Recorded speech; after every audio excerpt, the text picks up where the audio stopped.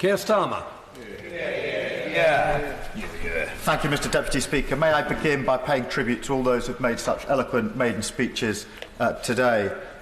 For my part, having spent many years having my legal arguments torn apart in court, and more recently my evidence questioned in various select committees, the opportunity of making an uninterrupted speech in this chamber is too good to be true. Since it's customary to root a maiden speech in one's constituency, I decided to start in the British Library, which lies in the heart of my constituency of Holborn and St Pancras.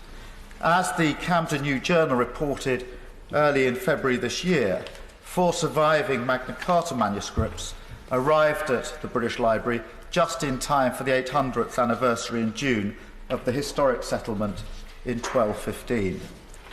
Great claims are made of Magna Carta. They include that Magna Carta was the foundation of the notion of equality before the law and individual freedom, that it enshrined due process, habeas corpus and access to justice, and that it was the origin of trial by jury.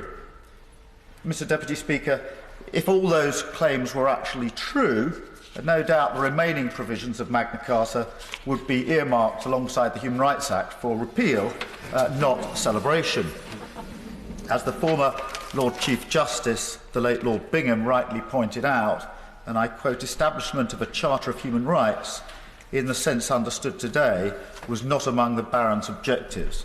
Chapters 39 and 40 were important, not as conferring rights on the subject, but as imposing a restraint on the King." Mr. Deputy Speaker, it was their own interests and privileges that the Barons were seeking to protect, not the rights of their fellow citizens. Yet, from its beginnings as a local feudal settlement offering partial, not universal protection, Magna Carta has achieved an iconic status here and around the world. Despite steps taken soon after 1215 to water down and even cancel the provisions, a habit, I observe, we've not yet kicked in relation to fundamental human rights instruments, the core ideas of Magna Carta, reinterpreted, even misinterpreted, have inspired the legal and political development of human rights across the world. It may have taken hundreds of years, but the proclamation in Clause 40 of Magna Carta, intended at the time for only barons, that to no one will we sell, to no one will we deny or delay right or justice, when extended to all of us, really took hold in our collective consciousness. It is thus ironic that in the year when we celebrate Magna Carta, proposals were announced in the Queen's speech yesterday to bring forward proposals for a British Bill of Rights. Mr. Deputy Speaker, that's code, of course, for repealing the Human Rights Act, which, like Magna Carta, is a human rights instrument setting out fundamental values and rights. It too has its origins in a historic settlement between the individual and the state. In the aftermath of the Second World War, nations came together to say, never again. They established the United Nations and agreed a simple set of universal standards of decency for mankind to cling to going forward, which were then set out in the Universal Declaration of Human Rights. These standards were intended to protect the individual from the state, to uphold the rights of minorities, and to provide support for the vulnerable. The idea was simple. These standards would first be enshrined in regional treaties, such as the European Convention on Human Rights, and then be given legal effect in every country.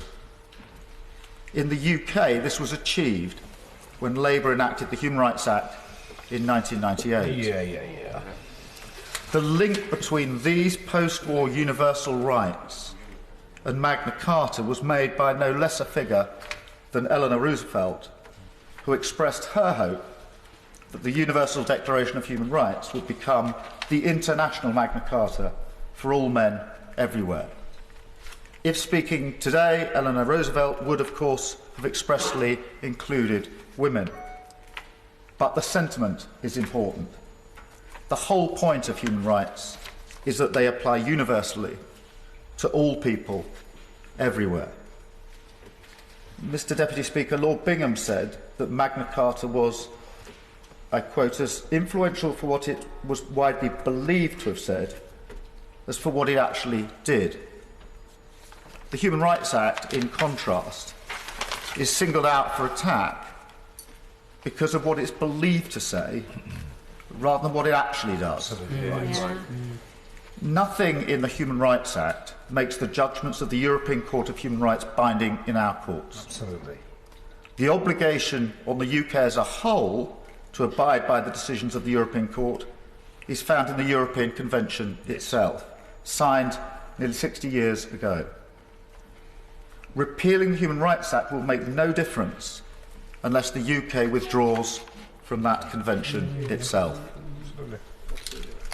Nor has there been a fundamental shift in defendants' rights under the Human Rights Act. By stark contrast, the Human Rights Act has heralded a new approach to the protection of the most vulnerable in our society, including those in care homes, child victims of abuse and of trafficking, women subjected to domestic and sexual violence, those with disabilities and victims of crime. That is important in my constituency of Holborn and St Pancras. There we celebrate great vibrancy and diversity, but you don't have to go very far to find great inequality, whether measured in wealth, health, housing or child poverty. It will be those in low pay, those in poor housing, those with physical and mental health needs, the vulnerable, the put upon and the bullied in St Pancras and Somerstown, in Regent's Park, in Gospel Oak, in Haverstock and across my constituency, who will be the losers if we abandon the guarantee of equal rights for all. The Human Rights Act matters to the people of Holborn and St Pancras precisely because its provisions apply to everyone, faithfully reflecting the world's solemn promise in 1945 that human rights are universal. My predecessor, the Right Honourable Frank Dobson, to whom I pay tribute, was a powerful advocate of the rights of everybody in Holborn and St Pancras throughout his highly distinguished parliamentary career. In his maiden speech on the 16th of May 1979, he spoke with a passion that never deserted him about housing, health and education. An opposition spokesman for most of Labour's period out of office in the 1980s and the 1990s, he was promoted to the high-profile role of Secretary of State for Health after the 1997 election. He was particularly trenchant in his opposition to the Iraq War, to invasions of civil liberties and to the privatisation of the NHS. Widely respected and widely regarded, he served the people of Holborn and St Pancras for 36 years. Mr Deputy Speaker, although I doubt I'll clock up 36 years, I intend to follow in Frank Dobson's footsteps, albeit my jokes are likely to seem tame when compared with his, and I might give the beard a miss. Mr Deputy Speaker, it took us nearly 750 years to journey from the partial application of human rights in Magna Carta to the universal application of human rights in the Universal Declaration of Human Rights. As we now celebrate the 800th anniversary of Magna Carta, let us affirm the principle that human rights apply to everyone equally. Any proposed British Bill of Rights inconsistent with that principle will not be worth the paper it's written on and will face widespread opposition, and not least from me on behalf of my constituents in Holborn and St Pancras. Craig McKinley.